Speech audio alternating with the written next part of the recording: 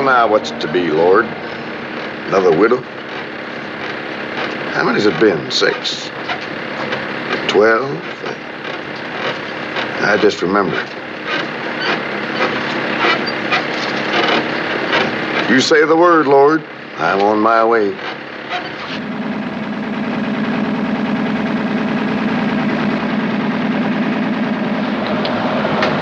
You always send me money to go forth and preach your word. A widow with a little wad of bills hid away in a sugar bowl.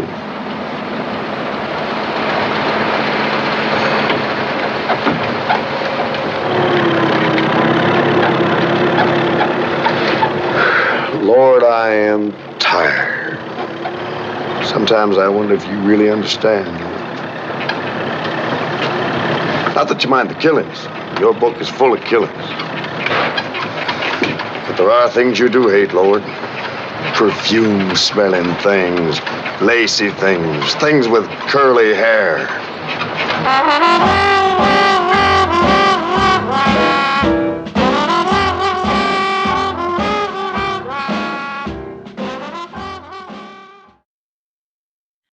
Hello and welcome to Book versus Movie. This is a podcast where we read books that have been adapted into movies and then we try to decide which we like better, the book or the movie. I am Margot P. of coloniabook.com and this is my good friend and co-host, Margot D. of Brooklyn Fit Chick. Hi, everyone.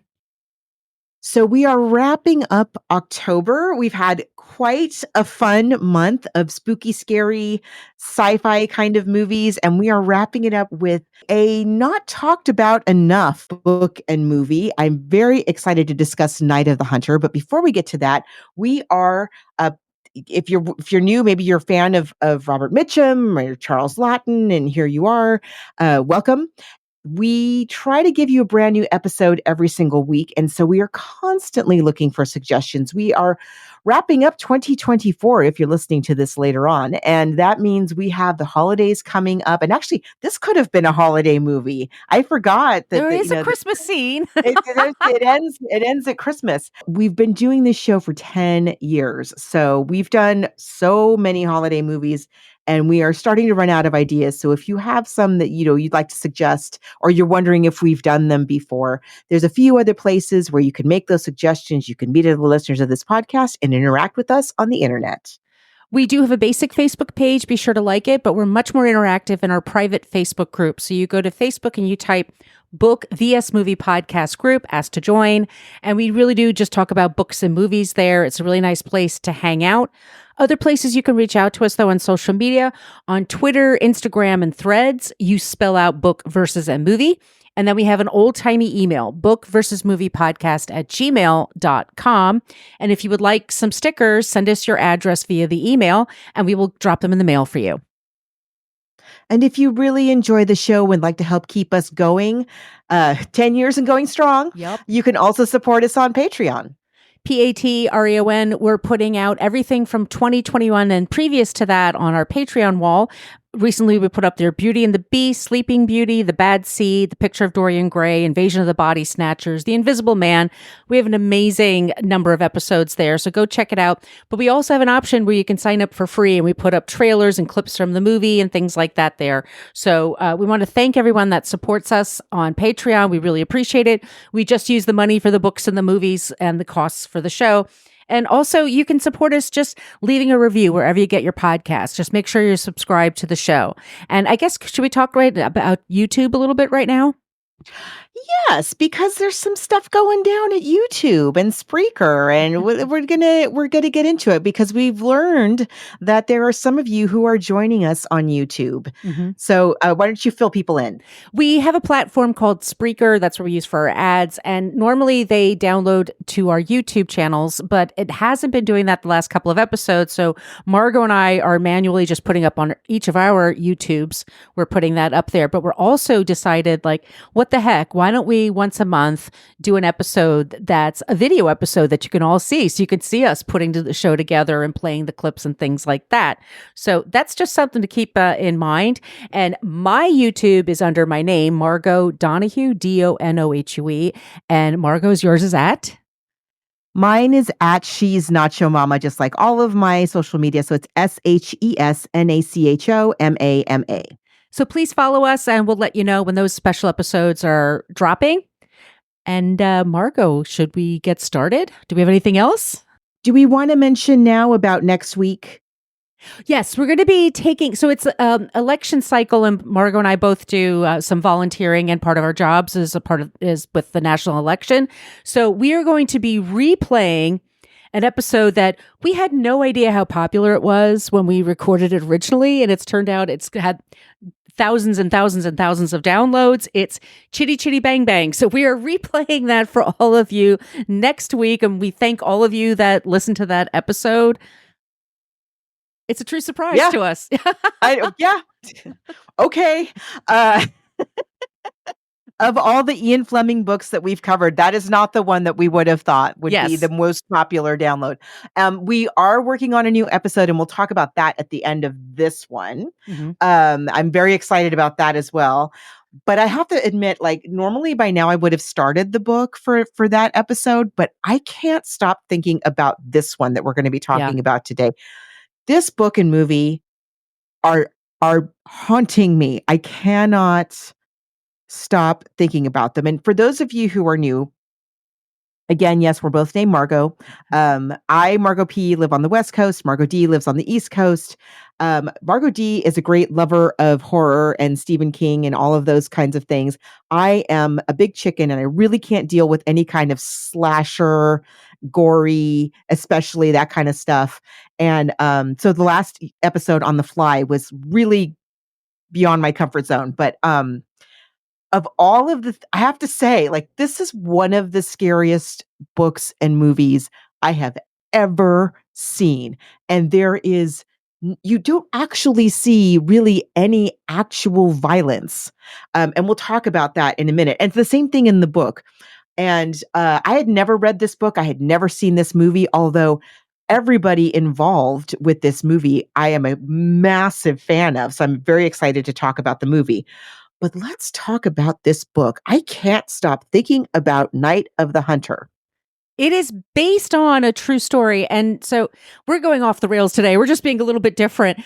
There is so much to learn just about the origin story for this novel that I am actually creating an episode for one of my other shows called What a Creep. And it's going to be about a man named Harry Powers, who is the inspiration for this story.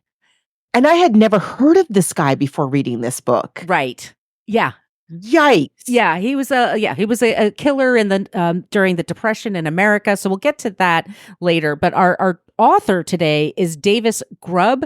He was born July 23rd, 1919. He's from Moundsville, West Virginia. And this is really important because he really has an eye for middle America and parts of America that are not, we would say, coastal elites now. He grew up salt of the earth around that kind of people, and he was a painter and a writer. Writer, not writer. But he had color blindness, and he was very insecure about his artwork. But he used his art to inspire his writing. And Night of the Hunter, absolutely, when he was writing it, he actually would sketch out drawings of what he wanted to do and then write it, which I wish I had that ability. Right? I know. And writers. The book does such a good job. He has such a skill of conjuring this whole image. I mean, you can just see when I saw the movie, it was exactly the way I had imagined it reading the book. Now, he also became, he was also speaking of which, and his ability to do that, he was a very experienced radio writer. Mm-hmm. So he would write radio plays, and that's all radio was like, what did they call that? Theater of the mind, right? So you would, with words and some suggestions of sounds, little fancy Foley work, you would conjure a whole world that people could completely picture what was going on, just by the audio that was coming out of their radios. And so he must have been very, very skilled at that, I think. Mm-hmm. Oh, absolutely. He also worked in advertising, and a lot of our writers and authors, that's definitely a place where they start out because you have to write punchy sentences. You're under a lot of pressure to really fine tune your writing. So this is based on a true story about a man Harry Powers, who murdered women. He found women in the Lonely Hearts column, which is what they were called at the time. And it was usually widows who lost their husbands either during the war or because they left. A lot of men left their families because they couldn't support them, and so there were women who were desperate for fathers for their children and husbands to help survive, just their very survival. And he would look for these women, and he murdered many of them and their families. And he was eventually caught. And there's a whole story where he was in West Virginia and he was in a jail, and thousands of people descended upon the jail because he was a child killer and a woman killer. True story. And Davis knew about this because he's from that area. And so he mined that material in 1953, so almost 20 years after it happened, and wrote this story. So this is a fictionalized version. The main character is named Harry, but everything else is just a little bit different. And it's 1953, it's published. It did pretty well. And he had a New York literary agent who was friends with Charles Laughton. Charles Laughton was an actor, a brilliant actor, by the way. Charles Laughton. I mean, so this whole conversation today is going to be about underrated artists of this era. Like, first of all, Davis Grubb, like this book, I don't know why more people don't talk about this book. It's so amazingly well written, so skillful, and Robert Mitchum and just everybody involved with this project. But yeah, Charles Laughton is one of these guys who he's like an actor's actor, certainly, but he's such a strong theater background. We talked about him when we talked about Elsa Lanchester, who was his wife. Right. And I don't remember, why were we talking about Elsa Lanchester? I don't remember. There was one a reason. One of our movies had Elsa in it. Yeah, she's in a lot of things. She was the Bride of Frankenstein and so on. This is his only directing credit, Mm-hmm. but he had directed a movie with Burgess Meredith and somebody else. Irving Allen. And it was called The Man on the Eiffel Tower, 1949. Which I think is a one that we should do for our mysteries in May next year, because it's based on an Agatha Christie. Ooh, I didn't know this. No, I'm sorry. I'm gone too far. I'm wrong rabbit hole. It's not based on Agatha Christie claim. It is based on a mystery. It's based on one of those Maigret mysteries. You know, Inspector Maigret. Mm-mm. Oh, so he's a very famous detective in French literature. And there was a really spectacular series, I think it was on Netflix, starring Rowan Atkinson, Mr. Bean, playing Detective Maigret. So he's a very famous, well-known detective. And The Man on the Eiffel Tower is one of these Maigret mysteries. Oh, interesting. I know that Burgess Meredith was hired to be the director for that project, and he was friends with Irving Allen and Charles Laughton. There was someone else that was supposed to be helping to direct the film, and there was some sort of falling out. So Charles Laughton said, Burgess, you can handle it, but Burgess asked him, can you please direct me? Because I trust you. So he's not credited for being director on that project. I know somebody was on Twitter going after me like, no, he only directed one film. I'm like, technically, though, he did. I mean, yeah. But sure. I mean, he really wanted one of his own, and he took over as soon as he got this book. So the agent, Davis Grubb's agent, gave a galley to Charles Laughton's production company, which was under United Artists. And I see. Yes. And so then he read it and he fell in love with this book, and he made sure that they bought it right away. And Davis Grubb is also really interesting, is very much involved with Charles Laughton with the creation of this film. He was consulted, and also he wrote the what's it called? Storyboarding. He did some storyboarding for Charles Laughton. Of course he did. Because Laughton loved this book and said, I have this picture in my head of what this film looks like and what these characters look like and I need to recreate that. What did you think of? Yeah, Charles Laughton and Elsa Lanchester, although they lived in Hollywood for the second half of their lives, and then pretty much all of their married life together, they both of them had a super, super strong theater background. And Charles Laughton, after the legend is that because the critical response that people didn't go see this movie, that Charles Laughton was kind of done directing films, and maybe that's true, but really he focused on directing theater. and he was a very acclaimed theater director. And you can really see that in this film. There's so many moments that are so beautifully lit and staged and composed. But also, getting back to the book, but also they like leap right out of the pages of the book. It's amazing. Like the book reads like a graphic novel. It's that evocative of these visuals that and I guess that comes out of having an author who's a visual artist. Yes. And let's talk about the plot, because it's very simple. Yes. It's not a there's not a lot of subplots or that going on, really. It's a very straightforward kind of a story, but it is, like, as I say, one of the scariest, most frightening stories I've ever read.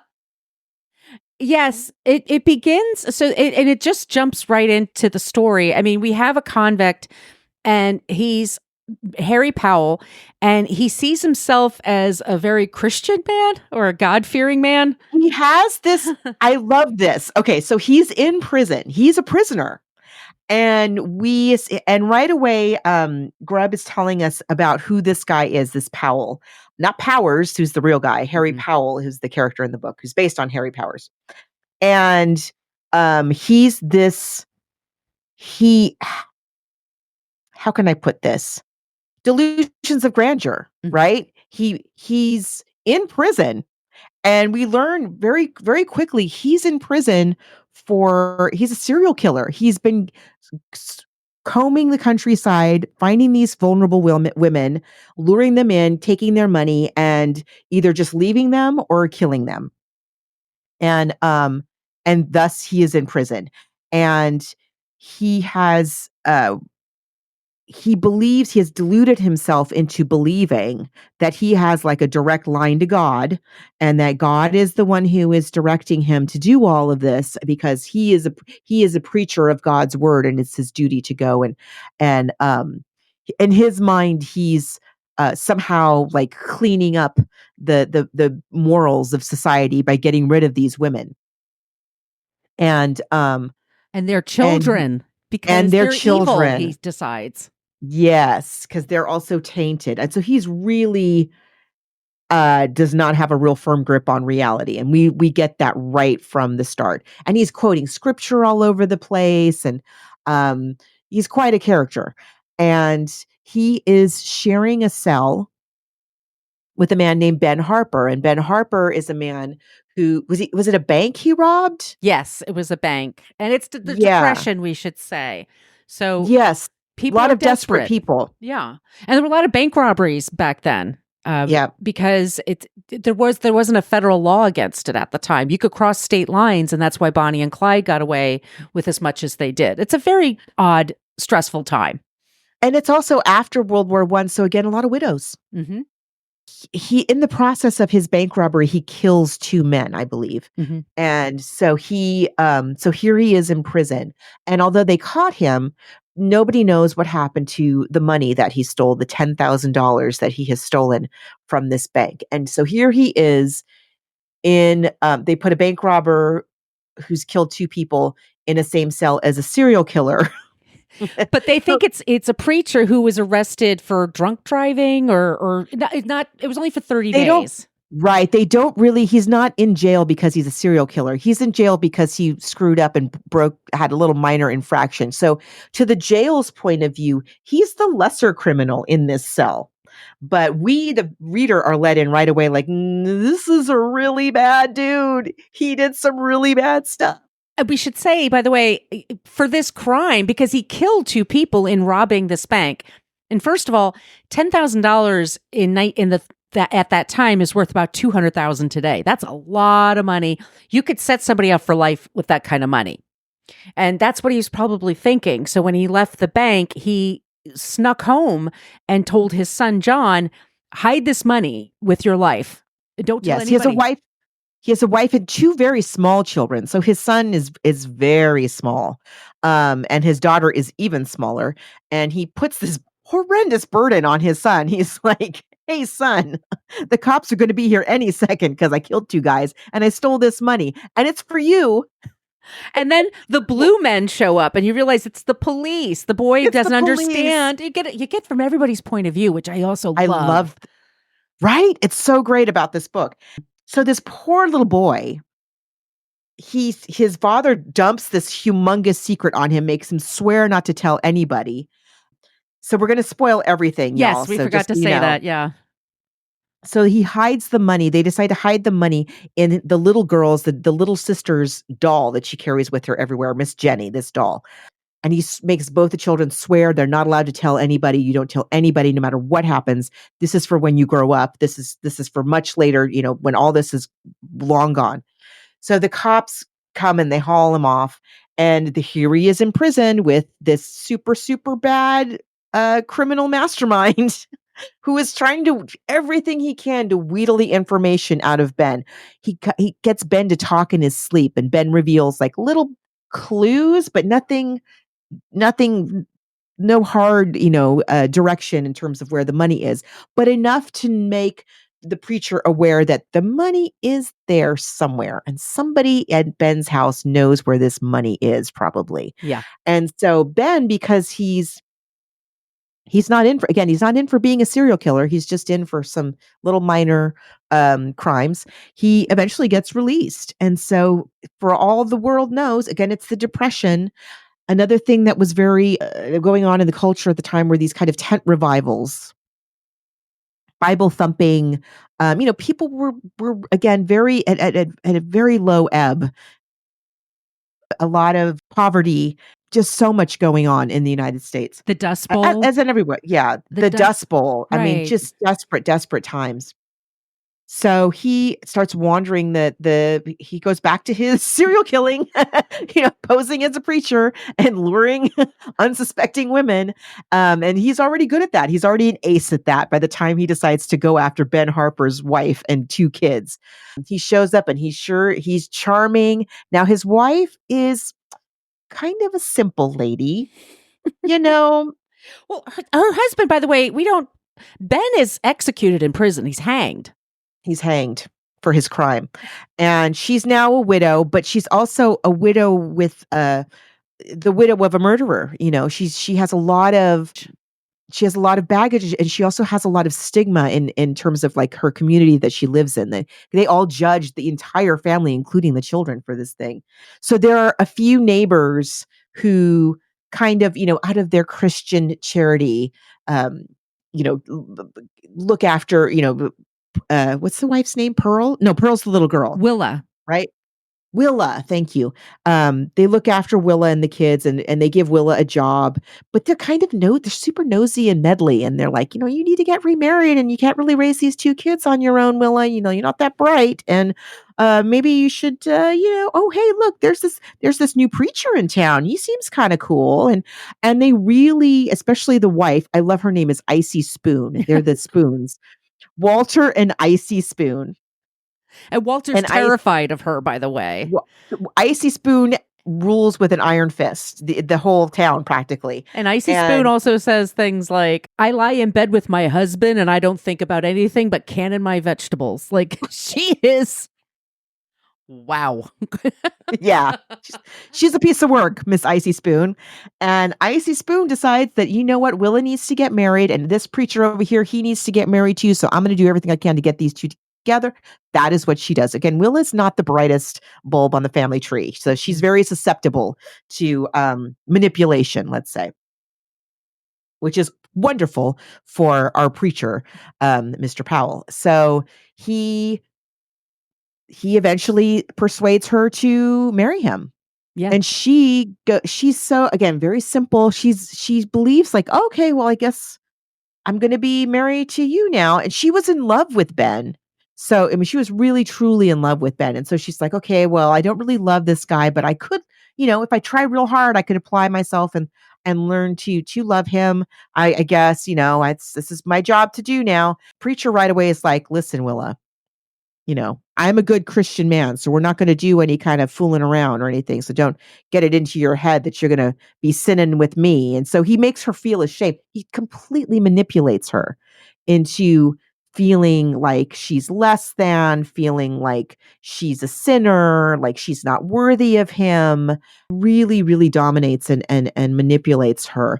And he also deduces, because he's a shrewd serial killer, he deduces that the children know where the money is, that Willa probably doesn't know because she's not, again, not that bright. So Yeah. Ben probably didn't trust her with the info. Yes. And so, which is true. And he needs to get at these children. So he tries charming them, and that works with the little girl, Pearl.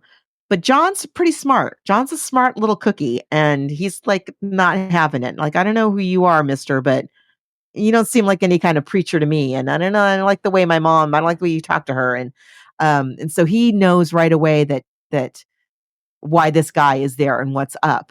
But he's also just a little boy. I know, he's a you know, child. on who all this stuff has been heaped. And he's having to deal with the burden of this secret. And he feels he has sworn to his dad that not only will he keep the secret, but that he will take care of his sister. Mm-hmm. Lo and behold, one morning, Willa is gone. Poof. And the preacher goes to his old friends, Icy and Walter Spoon. He says, she left me because she's a sinner. I guess it's up to me to take care of these two little children. I guess this is what God wanted. And that Willa and Walter are like, oh, you poor thing, you poor man. Let us bring you food. Let us help. How can we help? You're such a wonderful person for taking care of these two children. And John is like, I don't like this one bit. This does not smell right to me. But he has a real problem that Pearl has totally been charmed by the preacher. She calls him daddy now. Mm-hmm. And she's like, well, I swore I would keep the secret only to tell my daddy, and he's my daddy now. So what does she do? She freaking tells him. Because she's 5. She's like 4 or She's 5. teeny. She's a little kid, and it's some stability that comes into her life. I'm sure she went to church. I'm sure she believed in God, and so she probably, this is a man of God. I would have been like, oh, okay. I mean, I loved my dad, but if he was gone, and somebody else comes along, and it also helps their reputation, the fact that she's attached to this preacher now versus the bank robber that was executed. John, we get John's point of view. John just sees right through him right away, but also knows, I'm a kid. Nobody believes me. Nobody listens to me. I'm small. Like, what can I do? And he has one adult who's the uncle character. Now this is interesting because, this book is just so fascinating. All of the adults, except for one, and we'll get to her later, but all of the adults are so creepy and suspect and cannot be trusted or counted on for anything. Willa is such a flibbertigibbet, she cannot possibly protect herself, let alone her children. Mm-hmm. And here they are in danger. And John, the boy, has a friend, Mr. Birdie or Captain Birdie or something like that. Or Uncle Birdie, something. Uncle Birdie, he calls him Uncle Birdie. And Uncle Birdie was a friend of his dad's. So there's that. Yeah. and Willa, this isn't in the movie at all. In the movie, Uncle Birdie is just he's this kind of hapless, like he drinks, he's a widower, he's a lonely old guy.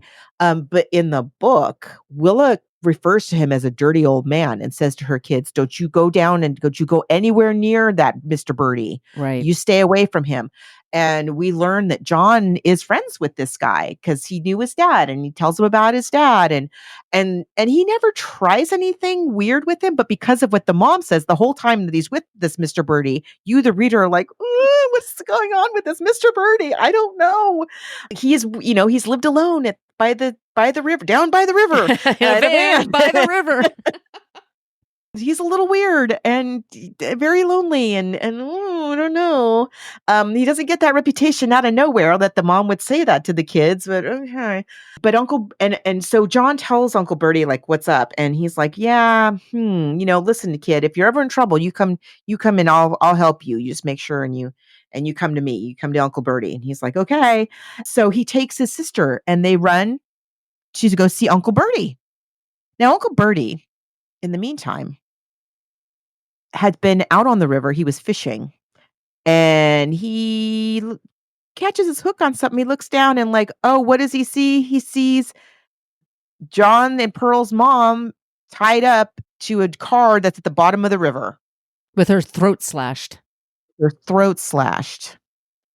And he's like, and this is why in the book it's a little more plausible than in the movie. In the movie, you're like, just go to the police, dude. Like, what are you talking about? But in the book, because he has this reputation of being a sinister old man who lives down by the river, he feels like he can't go to anybody about this, what he's found, without them thinking that he did it, because they all suspect him of being suspicious. And so he doesn't go to the police, and instead he gets very drunk. And so when the kids show up, he's too drunk to help them. And so they're like, well, now what? But I don't remember if he directs them to take a boat, but they get on a boat. It's a skiff, which is it's a very cheap version of a boat, but it's barely a boat. Yeah. I mean, it's not, I wouldn't take one for a super long distance. So that's the whole point. Like, the kids run away because so he knows that they know, everybody knows what's going on. And John tells his sister, like, we got to get out of here now. And she's a little kid. She doesn't understand. They're hungry. He ate dinner in front of them and wouldn't give them any food because he's trying to get them to tell them where the money is. And so they take off and in this boat, and it's so scary. I mean, they're just floating down this river. Two little teeny children in a boat on a raging river, running away from a serial killer who knows where they're going because they're going downstream. Right. So he all he has to do, he doesn't have a car because he's dumped his car in the river now. So he just has to find a way to get some kind of transportation to outrun them, and then just what do they call that? Ambush them. So they know at any point he's going to turn up. And a lot of the book is this chase between Powell and these two children. And meanwhile, Pearl, who again is a tiny child, but one is very conflicted because she does feel like this. She's been told that this guy is her daddy and he's a man of God. And the children don't know that he's killed their mom. They just know that the mom is gone at this point. And so Pearl is very, very conflicted. And, little children are hard to keep quiet. So, when they're hiding, John's like, okay, Pearl, you got to be real quiet. Like, do not make a sound. And Pearl's like, what? I know adults like that, by the way. They're just not exactly tethered to the reality of the moment. So she blows their cover like time and time again because she just can't be quiet. And they're running and they've got this doll. And eventually, like that whole scene, the whole chase, it's so terrifying. These moments where he almost catches them and they get away, and he almost catches them and they get away, and they're starving. And it's the depression, and everybody's starving. It's not like they can just go any old place and somebody's going to help them. There's no place they can go. And they turn up, fortunately, on the shore, and there's some girls there. And these girls go, the girls go, here, come with us, we'll get you some food. And they take them to the house, and this woman there named Rachel, I was like, whoa, you kids, I don't know where you've been or what's happened to you, but come on in. Let's get you cleaned up. Let's get you fed. I guess you live here now. And she's this woman who, again, it's the depression. There are lots of childless children wandering about, a lot of homeless people. So she takes in these children as they come by, and we get her point of view. We get everybody's angle, like each of the children, each of these girls that live with Rachel. Rachel, we learn, is a widow, and she has a son that she raised, and who moved away with his own family to a city, and they're fine. Her son and his family are fine, but they don't live close by, and he helps support her and everything, but she doesn't get to see him very much, and so she has taken in. She has just made a practice of taking in these children throughout the Depression, and feeding them and giving them a solid home to grow up in. Everybody in the town knows her and knows that's what she does, and so she turns up in town buying groceries. She needs more food because she's got 2 more kids, and everybody's like, "Oh, look at you! You got 2 more, huh? Look at you, Miss Rachel." And she's like, "Yep, 2 more. Here we go." And what are you gonna do? God sent them to me. So she's feeding them, and she's doing that, teaching them as in her way about the Bible and stuff like that. And she's being very sweet. She's the one good adult in this book. She's literally the only good adult in this book. That actually really cares about these kids. Genuinely and is cares willing about to them. stick her neck out and is willing to extend herself to take Yes. care of them. And then she has the oldest kid is 13 and her name is Ruby. And Ruby's is an adolescent. She's kind of going through a phase. A little wild. You know, she likes boys and the boys notice her and she's chafing a little bit, you know, being surrounded by little kids all the time.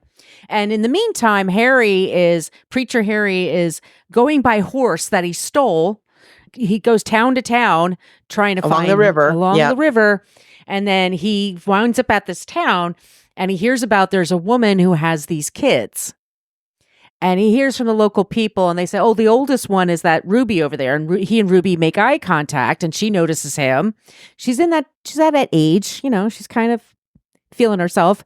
She meets him at a clandestine kind of meeting with him and kind of spills the beans that there's a kid named John and Pearl and they're staying with their mother and they just showed up and they're nice kids.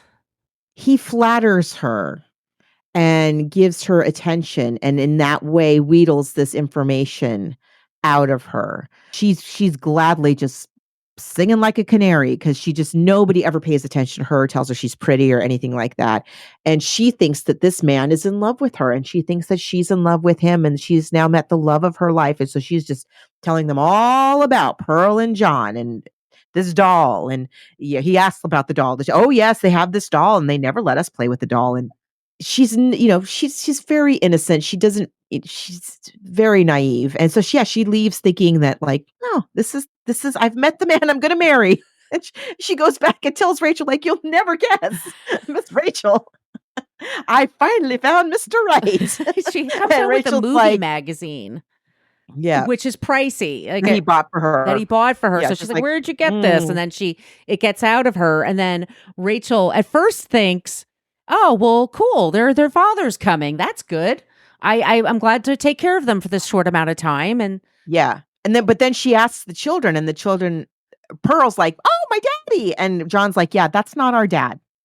And she can tell that something's really up and do not, she's got her little intuition and her intuition is like, do not let the children go with this man. He is not what he says he is. And she runs him off of her property. And he tells her, he's like, I'm going to be back. I'll be back though. I'll be back. You're just one woman. Yeah. She's one little tiny little old lady. Yeah, exactly. With all these little kids. And he's a big, scary serial killer. So she knows he's coming back. So she gets the children all together and waits for him with a shotgun. And sure enough, he turns up. It is maybe scarier even in the book than it is in the movie, because in the book, as this is happening, and again, not much is happening. She's sitting there in the dark with the kids and a shotgun. The guy is just sitting outside. Singing. And then singing. Ooh. And it's so creepy. But in terms of like actual action, that's all. He's sitting there, she's sitting here.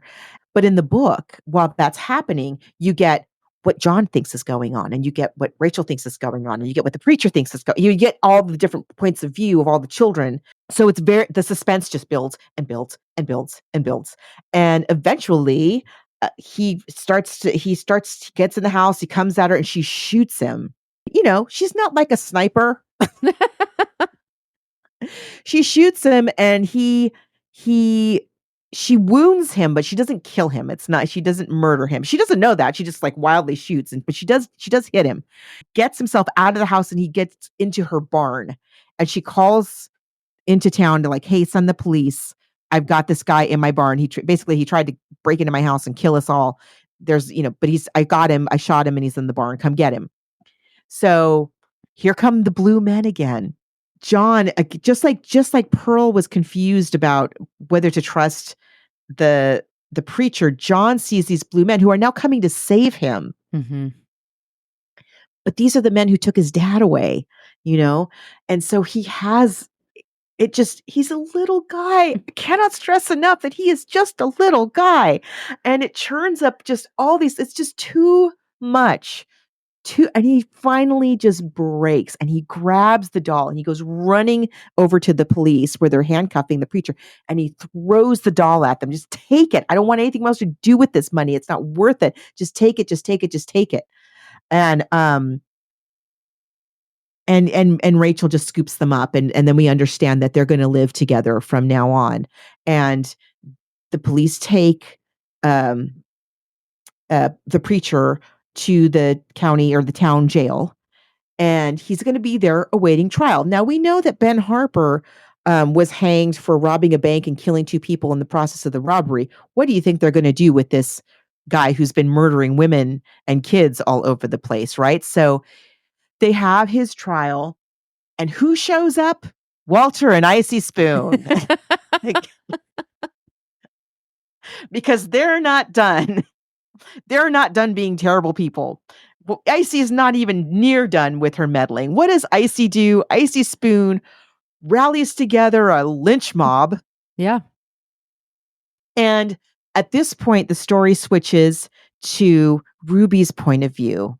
You get a little bit of this in the movie, but it's much more in the book. And it is just heartbreaking because Ruby, again, is this naive child who really believes that this preacher guy is in love with her and is the only person who has ever seen, what a wonderful, pretty girl she is. And she makes up her mind that she's going to go free him. So she packs her bag because she thinks she's going to run away with him. And she's walking to the jail thinking that she's somehow going to persuade them to let him go. And as she's walking to the jail, this lynch mob comes up behind her. And Ruby, in her innocence, goes, they see he's innocent too. They're coming to help me get him free. Oh, this is so wonderful. And we can finally be together and get married and we're going to run away together. And of course, that's not what happens. No. Poor Ruby. Because a lynch mob does one thing. Exactly. And she slowly realizes. So we're seeing all of this through Ruby's eyes. It slowly kind of just starts to barely dawn on her what is going on. And they do, and it kind of, it's very cinematic and it's sort of like that goes to black because we don't get into the graphics too much of what they do to him. Mm-hmm. We know they got him. We know that Ruby was there, but the next scene is sometime later. It's Christmas now. Mm-hmm. And all of this is behind them. All of this nastiness is behind them. And, the children have made their various Christmas gifts for Rachel, which is very sweet. These little homemade, this and that. And John doesn't have anything that he can make. He's not crafty like that. And so he just goes and gets an apple that's already in the house and wraps it up and gives it to her. And she's so wonderful that with every of these gifts, she acts like it's the most precious jewel that could ever be bestowed on a single person. And she's just completely overwhelmed with the generosity and the cleverness of these kids. And then she has gifts for each of them. The girls each get a dress and John gets this watch. And in the book, it's a cheapy little watch. It's not like an amazing watch, but because she doesn't have a lot of money, she has to stretch it over a lot of mouths, the money that she gets. But she gets this watch and he is so, you almost get it in the movie, but in the book, how much that means to him and how loved and special and seen that gift makes him feel. And the book describes how he goes to he can't even sleep because he's just lying in bed, feeling the watch tick on his chest. It's it's so wonderful. And so it has this happy ending. He I hate to say it, but he ends up with a really nice mom that he didn't have in the first place. No, and he's going to be taken care of. And she's going to look out because we have to remember he's in the first grade. He's little. He's such a Yeah. young boy, and he's Yeah. handling so much in it. And a lot of people, and Rachel's the only one who understands like how much burden women and children put up with in this world. And he makes a point of stating that. And that's also Davis Grubb, who's he said his mother was one of those women that took care of everybody around her and became a social worker because she was so passionate about that. So he was very, very he was very passionate about making sure that all of his characters, especially his women characters, had some, shadings to their personality, that they didn't just serve as just the mother figure, but they really had something Yeah, going. I really appreciated that because Willa's very simple and Icy is like garbage. And But how much did But- you want to eat her food? That sounded delicious. That fried chicken it does and that sound apple very cobbler. delicious. Yes, it does. But Rachel, like when you first meet Rachel, and I have to admit, like when I first saw her, I was like, oh, she's just going to be like the angel that comes down from.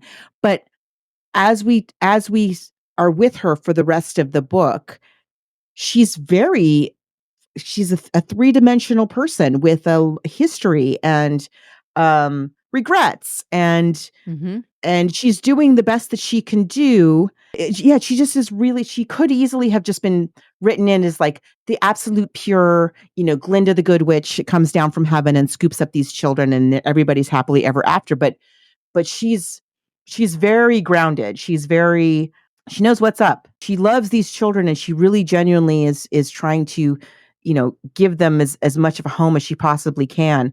But she's not deluding herself about what kind of a world it is out there. And yeah, just, and she shot a guy. Yes. And would do it again if she had to. Yeah. And so she's smart, that she incapacitates them and calls the police, if she had taken the time to call the police first, he would have gotten them. Yeah. Yeah. So, I really loved this book so much. It just is, again, terrifying, but also just the way that he gives us, because that doesn't always work when an author switches, the points of view. Oh, right. Goes from We've talked character to about character. that. Yeah. Sometimes it's like unwieldy, like who is this again, and what do we do? But each character has such a unique perspective on what's happening, including our killer, that you never get confused about it, and it just really adds to the suspense because in terms of the action, there's not that much that happens. Ben's already in jail when the book opens. So what happens is this preacher's in a prison cell. Preacher gets out, goes and marries the guy's wife, and then the kids run away and he chases the kids for most of the book. And the kids end up at this lady's house and she shoots him. I mean, and that's what happens. Then he gets lynched. And but the fact that we're going through all these different points of view and seeing how each of these people are dealing with the situation that they're in is what makes it so suspenseful and so riveting. It's just amazing. And I should say, it's a creepy thing, and I'll probably mention this in my other show, but that especially there was frontier justice and mob justice. There were a lot of stories about that in the 1930s as well. Especially if it was children involved. There's a very famous one that happened in San Jose, California, where people surrounded jail. And so this is a story. These stories are being passed around and talked about in the news. Well, To Kill a Mockingbird has the lynch mob. Sometimes they would get the person and sometimes they wouldn't, the mob. So yeah, it's hard for us to imagine, fortunately, what that must have been like. And you get the impression, not just with this book, but also To Kill a Mockingbird, that like it was just like, well, I guess we're going to have a lynch mob now. It was just a thing that people would just assumed that that's really something that somehow just the actual justice system was not enough. Prison systems were not meant to be rehabilitation centers. They were just meant to punish. No. Yeah. And sometimes people that should be punished aren't punished. And so the town will say, and back then you can get away with things. Yeah. But so really well done. Really well written. So well done. I mean, it's a page turner. And you and I both were talking. We talked the other day about it. Yeah. It's Yeah. But sometimes, like at night, it really creeped me out. I had to read it at daytime. Me too. Yes. Me too. I had to read it in daylight. I mean, it's really so scary. The whole, like, and most of the book is him chasing those children. It is one of the scariest. Like, what is that book? Jurassic Park. Like, so much of Jurassic Park is the children being chased by dinosaurs and monsters. And I was like, can we just can the monster just get these kids already? Just because they can't. But this is just, it's so much scarier and so much more suspenseful. And he's so much more of a monster Yes. than those raptors. Boy, it's really, really something. I just loved the whole thing. I loved all the characters, and it was just so interesting that the choices and so plausible Yeah. too, which makes it chilling. It was based on a true story. So yeah. Should we get to this movie? Yeah. All right. We're going to Talk about scary. Oh my God. All right. So we're going to play the trailer. This is the original trailer for the 1955 film, The Night of the Hunter.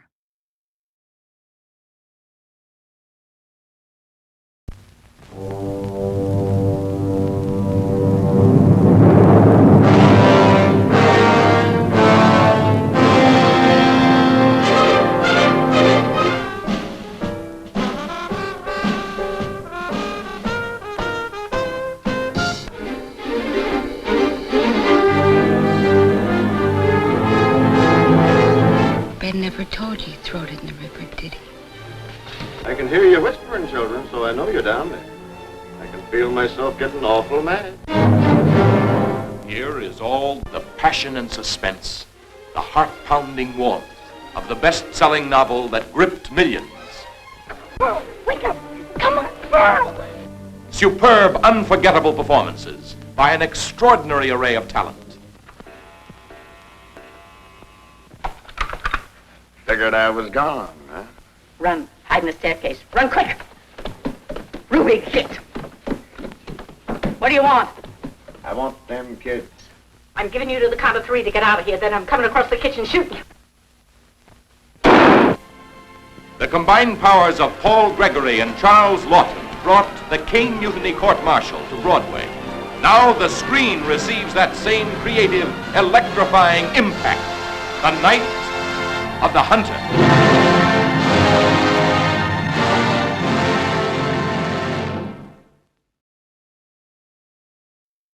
As we said, Charles Laughton is our director. The screenplay, James Agee, who's Yeah. wow. I mean, they really did this right. They They- really just did everything he also absolutely perfectly. He also wrote The African Queen, so we talked about him before. He died at 45. The same year this movie came out. It's so sad because he's very, very talented. It's such a smart script. Apparently, it was very big. It was like 280 pages when they started, and that's way too much. But they whittled it down. Yeah, and then Charles Laughton worked with Davis Grubb about the script and asked him, can you give me any of your artwork that you had at that time? Davis Grubb gave them the knife that Robert Mitchum carries Amazing. around in this movie. Amazing. I mean, it's just spectacular. So I'll just go through the cast here. Shelley Winters is Willa Harper. Perfect. And if you She's only know her as from Grandma any other from thing. Roseanne. Yeah. My favorite of her roles is, or we talked about Poseidon Adventure. Yeah. But Lillian Gish, I mean, classing up the joint. Love this is woman. Rachel Cooper, Billy Chapin as John Harper, who's such a good actor. He's so young and he really holds his own. Spectacular. Both of those kids. Really well done. Yeah. Yeah. Sally Jane Bruce as Pearl, James Gleason as Uncle Bertie, Evelyn Varden as Icy Spoon, and who's great. Just a battle axe. Love her. Don, I've heard it pronounced Bedo and Bedeau as Walt Yes, Spoon, that's high. who apparently on his first day on the set was shaking when he was standing next to Robert Mitchum. And Mitchum said, "Are you sick? Are you cold? What's going on?" He goes, "I'm just so nervous to be working with you." Isn't that sweet?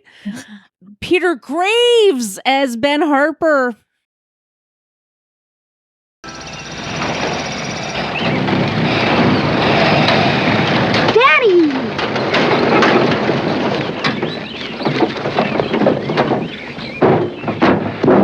Where's your mom? Out shopping. You're bleeding, Dad. Listen to me, John. This money here, we gotta hide it before they get to me. There's close to $10,000. Where? Under a rock in the smokehouse? No. The bricks in the grape harbor? No, they dig for it. Sure. That's the place.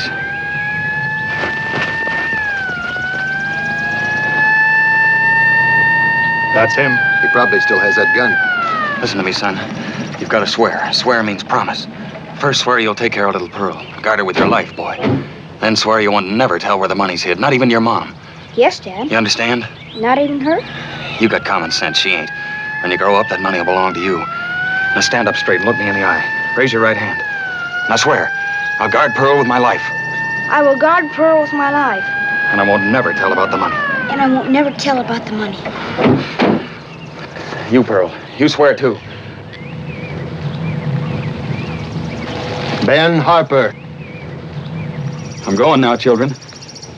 Goodbye. Drop that gun, Harper. We don't want the kids hurt. Just mind what you swore, son. Mind, boy. Don't.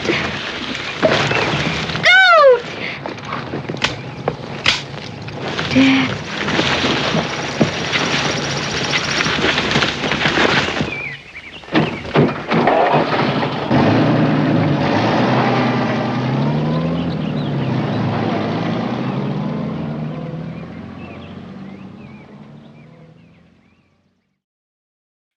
He was the A&E guy for years.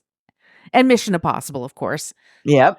Gloria Castillo as Ruby, who's really good in this. Isn't she wonderful? Oh my I know. God. I know. And Paul Breyer is Bart the Hangman. There's a bunch of people who are also not credited. Apparently, there was a lot of just so many friends, great, like, just townspeople character roles actors that are wonderful, wonderfully cast. I can't remember. There was another movie we talked about like this that it really. Oh, To Kill a Mockingbird again. Going back to Kill a Mockingbird, it's very clearly shot on a soundstage, but you're not mad at it. It's so theatrical. It's you just in that world, and the combination, the lighting, the set design, the use of actual exteriors. Very strategically, like when the children are out in the schoolyard and the other kids are making fun of them that their father's hanged. Like hang, what were hang, these hung, kids? hang, hang, Oh, hung. That gosh. song they sing. Oh my God. That's in the book. Just all of it, particularly the lighting. The lighting is so genius in this movie. The scene where Powell murders Willa, and they're in that attic room that almost looks like a church because of the pointy roof of the room, and he's quoting scripture, and you see his hand go up with the knife. It's amazing. Robert Mitchum. I mean, They wanted Gary Cooper, but then he'd have been good. He'd have been good. yeah, but he's not Mitchum, because there's some dangerous quality that he has. And apparently, Robert Mitchum at the time, he was a heavy drinker. A lot of men were at that time, a lot of actors. But he also had been arrested. It's a culture. Yes. He had also been arrested for marijuana, which was very scandalous for the time. And apparently he could be ornery, let's just say. So he kind of, he understood this character. He understood the assignment. He could play this character better than anybody. And I love Shelley Winters in here. I think it's like her most subtle performance. You get this woman who just does not have the wherewithal to have any idea what's going on around her. She's manipulated by everybody. Icy's like, you're going to do this, do that. And she's like, okay, I guess I'm doing this now. Icy's like, you're going to marry this guy. I'm like, okay, if you say so, Icy. Am I pretty enough? Okay. And then when she marries Powell, like everything he says to her, she just completely believes right out of the box. She hook, line, and sinker. And we get this thing in the movie, which I love. There's this scene where he has gathered some of the townspeople into this kind of tent revival thing with torches. There's a lot of symbolism of these torches and the fire. And he's having her testify to her sin committed with her husband by actually being in love with him. Right. Her first husband, and how he saved her. And she's just so vulnerable to every shift of the wind, and so when he is murdering her, she doesn't even run or scream or anything. She's just like, well, I guess this is what's happening now. I must have just brought this on myself. Okay, here we go. Yeah, you just feel so sorry for this woman. She can't even be there for her own kids. She She's feels like she sinned so she's that badly. incapable. Yeah. She thinks she's sinned. She thinks she's a sinner.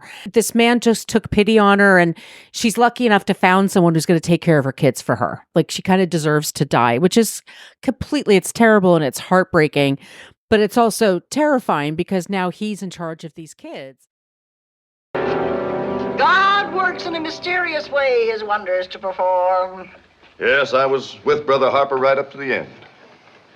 Now that I'm no longer employed by the penitentiary, it is my joy to bring this small comfort to his loved ones. It's a mighty good man would go out of his way to bring a word of cheer to a grieving widow.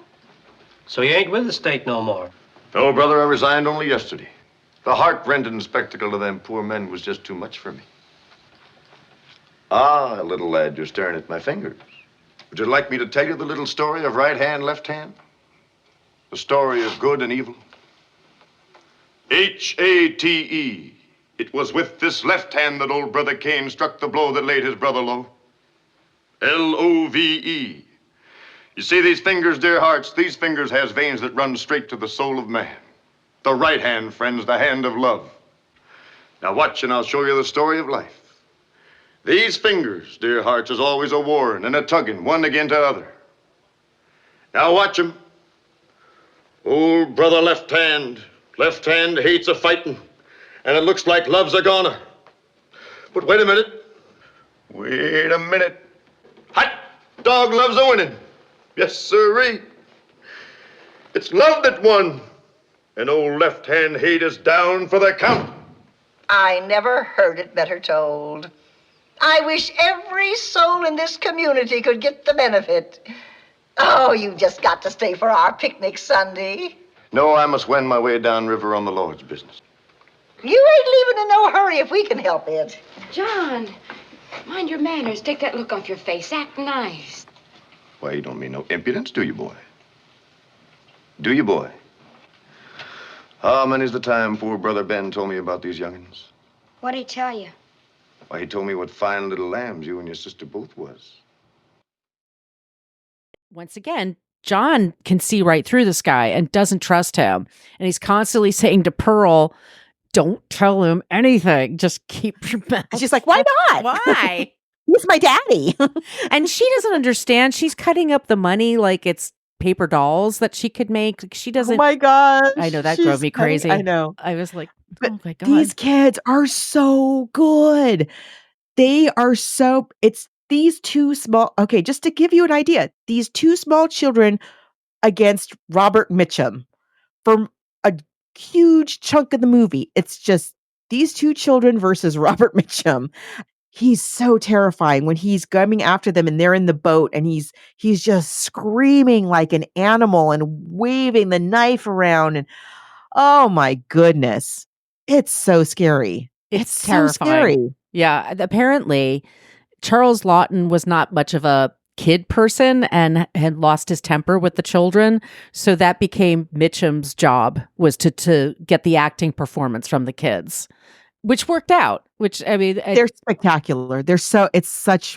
Every single child in this movie is so good. And there's a lot of kids. Yeah.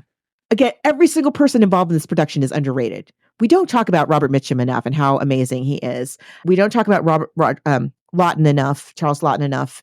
We certainly don't talk about this book enough. And Lillian Gish, you guys. Lillian Gish started in the film industry when she was a child. She was like a teenager. She and her younger sister, Dorothy, got involved in acting through their childhood friend, Gladys, who later became a little person named Mary Pickford.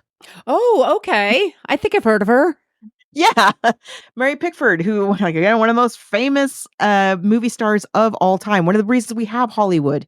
One of the founders of United Artists. Yep.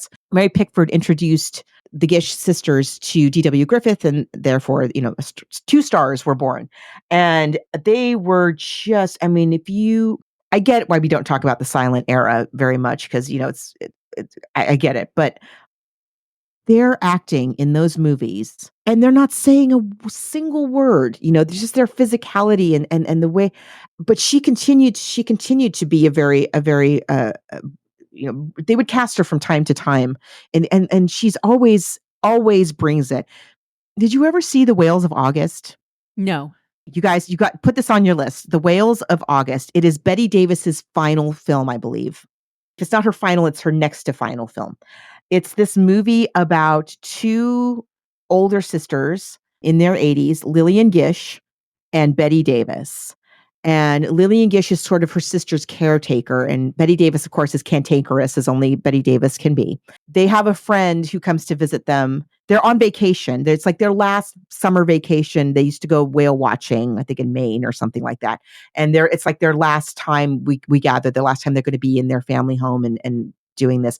And their friend comes to do this with them. And it's just these 3 women who've had a relationship for many, many years. And they're now in their 80s. Ann Southern, I think, plays the friend. It's just a beautiful movie. She is just as strong. Lillian Gish is just as formidable a performer in that film as she is in this one, as she is in her silent era. She is just a force, and just like in the book, when you meet her, you're like, oh, here's this kindly little old lady type, and oh no, she's got an iron spine, and she's the one person who's going to take down Robert Mitchum, like as he's mowing his way through the countryside. She's the one who finally puts a stop to him and is also being there for these children and also sees Ruby and what she knows exactly what's going on with Ruby. And she's like not having it. Yeah. She's going to put a stop to it, help redirect this child onto the right path. She's just amazing. I just love her in absolutely everything. What a brilliant choice. Laughton was a big fan of silent pictures and actually used those visuals as his guide to making this movie. He also brought with him his editor and his composer on the set because he wanted, he was very holistic. He wanted everyone's input, everyone to be on board. Like this is not just what we're shooting today. This is the reason why we're shooting this scene. This is what has to happen. And there's some clips that I saw that they were like, this was the first take. They're so good. I mean, how can that possibly be? I don't know. Miss Cooper! What? The man!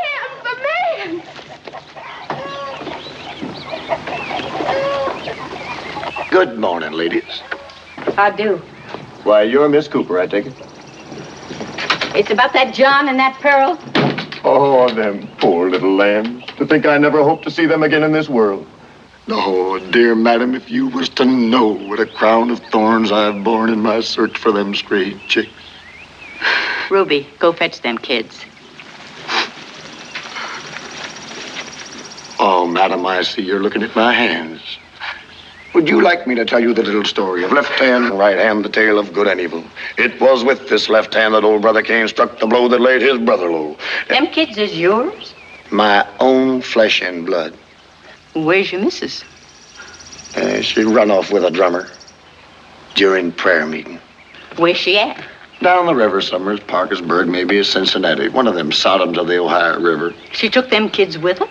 Oh, heaven only knows what unholy sights and sounds them innocent little babes has heard in the dens of perdition where she dragged them.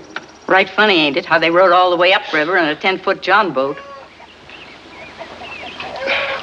Are they well, Miss Cooper? A sight better than there was. Gracious, gracious, you are a good woman, Miss Cooper.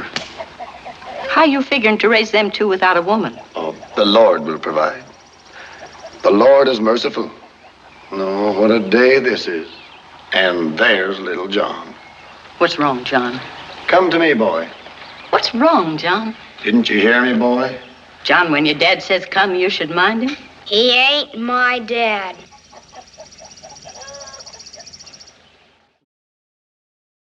It's so good. I mean, and it is very like a play in that way, that you're just getting this fresh It does. It has this freshness to it. You just don't see something like this every day. It is. I don't understand why people didn't lose their freaking minds over this film. It's so good. Every note is hit here. There's a very famous scene. Shelley Winters, her character is killed, and she's in the water. And he threw her in the water with this Model T. Uncle, it's haunting. It's haunting, and the drunk uncle, has his hook on, and he's fishing out there, and he's actually catching her. And then when you look through the water, it's very clear. I mean, it's not like a real pond. I mean, it's very, very. No, it's, like it's not. But yeah, so what? I know. It's calm down, calm your teas, guys. This is really good stuff here. I love that shot, and it's a mannequin, and they have her face they had put on it, and it's a very famous shot. I think there's some things that people kind of picked at it, and movie distribution was very different at that time. I mean, now ever since Jaws, they started doing mass releases where there's at least 1,500 theaters. I mean, back then they went from town to town to town. They saw how it worked on the coast and then moved in, and it never really had that many advocates that thought this, because there's no Oscar nominations for anything, and it's how is that possible? It's how it's so innovative, and just to keep in mind, this is 7 years before Mitchum makes Cape Fear. Yes, 7 years. I think people it's good, but it's one of those movies that in revival houses, it really took off in the 70s. And there was just this appreciation for independent filmmakers. But Charles Laughton apparently was so upset that it never got the chance that it deserved that he went to stage, and he just stayed on the stage. And apparently he liked it there because he liked to noodle around and let's try something different tonight. That was kind of more of his bag. It's not set there and you can't change it, and there it goes out into the world, which I get that. I just I don't understand the reception to this film. I don't understand. There's something went wrong that they didn't capture the imagination of I don't know. Somebody didn't get it. And that's just, and people are fallible, but there's somebody up top who didn't really get it and wasn't the champion for it that it needed. And I would have loved to have seen more Charles Laughton films for sure. Oh, I mean, I really want to see The Man on the Eiffel Tower now. Yeah. We'll see what that's based on. I'm very curious about that. I just loved this. You can just see there's just it's so faithful to the book. Yeah. And there's certain things that you cannot give everybody's perspective in a film. You just can't. It gets too, it doesn't work. But he gives you just enough in these performances that you see in Ruby's face. You see her become totally smitten with this monster. And you see Rachel just come and yank her up out of there. It starts great. I mean, it has John out in the backyard, and then his dad just shows up, and it's Peter Graves, and he's he's on the run. Yeah. And you're immediate. I mean, this movie is an hour and a half. It just goes by. And I don't know, did you see it on Criterion? I did. I did. Yeah. And there are alternate soundtracks they have. So you can, so mine was a couple of film professors were talking about the movie, and it just added even more depth to all the different scenes. And it's so good. And I'll say the same thing. How is this not a bigger hit? I don't understand. I'm baffled. Yeah. But it's there for you guys. You can watch it. Read the book. They're both so good, but book or movie, what do you think? I have to say this, it's a tie. It's a tie. Because I probably read this again. It's that good. It truly is that good. But I love this movie, and there's love and hate. And if you've seen Do the Right Thing, and there's a whole scene in Do the Right. Yeah. I mean, this is one of Spike Lee's favorite movies, and you could totally see why this would be his jam. The music is good. The cinematography is amazing. Every single thing. There's a shot, a depth of perspective shot where he's on a horse and he's going up the mountain, and the kids are hiding in a barn. And it was a little person on a donkey that went up, and that's how he shot it. But it looks like it's Robert Mitchum on a horse, and it really does. And he's coming to get them, and the whole thing with the singing of the Christian songs that have terrifying coming from this evil man.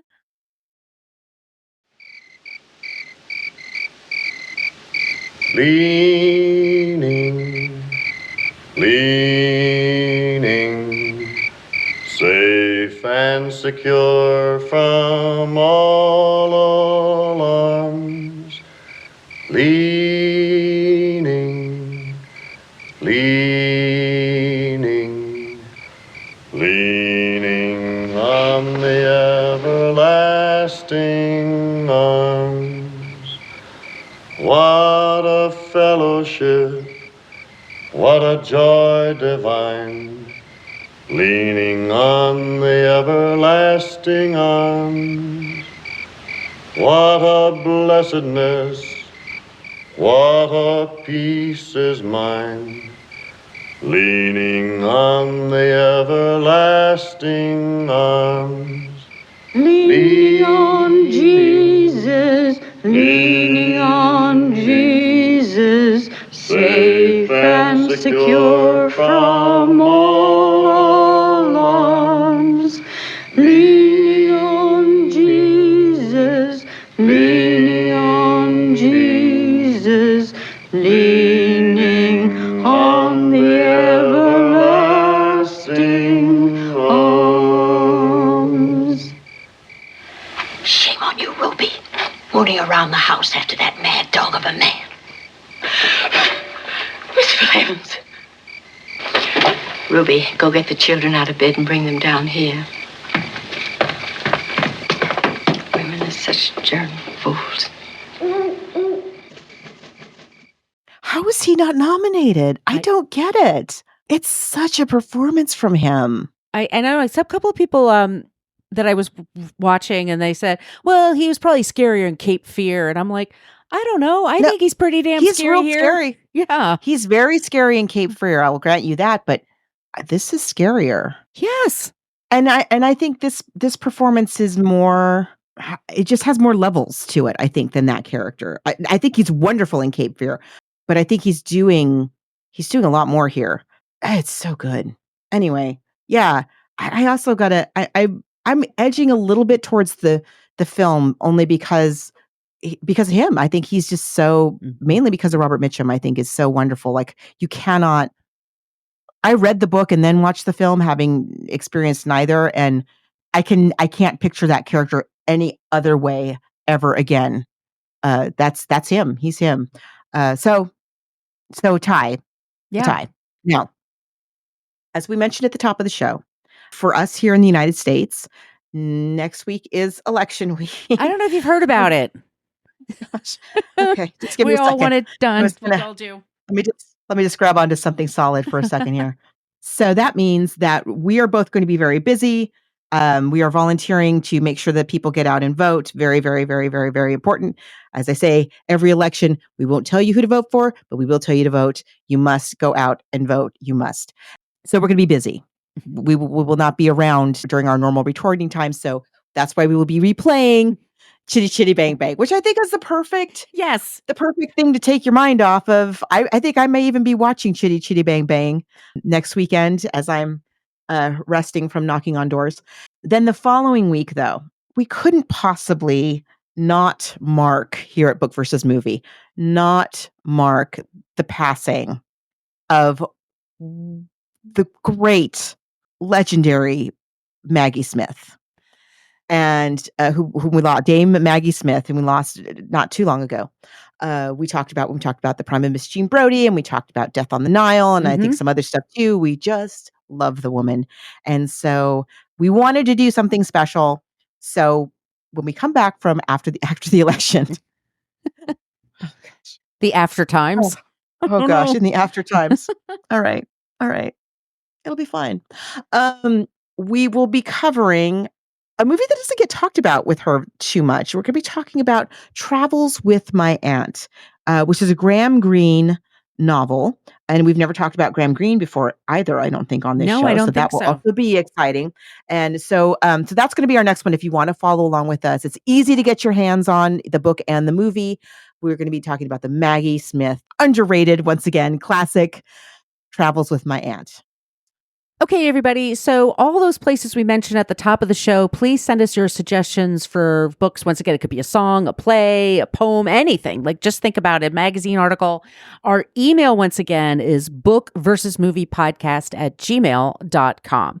I am at brooklynfitchick.com. I'm at brooklynfitchick for Threads and Instagram. For TikTok and Twitter, I'm at Brooklyn Margot. And at my YouTube, I'm at Margot Donahue. And Margot, where can they find you? Mine's a lot simpler. You can find me online at coloniabook.com. All my social media, including YouTube, is at She's Nacho Mama. And for information on when you will be able to see our video, I mean, we'll be uploading the audio of all the episodes going forward now. So don't worry if you're a Spreaker listener, you will not miss out. But we will be mentioning like when we'll be doing an upcoming video episode in the Facebook group. So keep your eyes peeled on there. And happy Halloween, everybody. We'll be back soon with a new episode. Thank you so much for listening to the Book versus Movie podcast. We're a part of the Frolic Podcast Network. You could find more podcasts you will love at frolic.media/podcasts. You could find us on Twitter, Threads, Blue Sky, and Instagram at Book versus a Movie. Just spelled it all out. We have a Patreon page. Type in there Book vs Movie Podcasts, where you can find 8 years worth of shows. You can follow Margot D on social media at Brooklyn Margot and also Brooklyn Fit Chick. You can find Margot P at She's Nacho Mama. Thank you again for listening, and please be sure to send along your suggestions for the show. Remember, the book needs to be easy to get your hands on, and the movie has to be streaming on a major platform. We will be back soon with a new episode.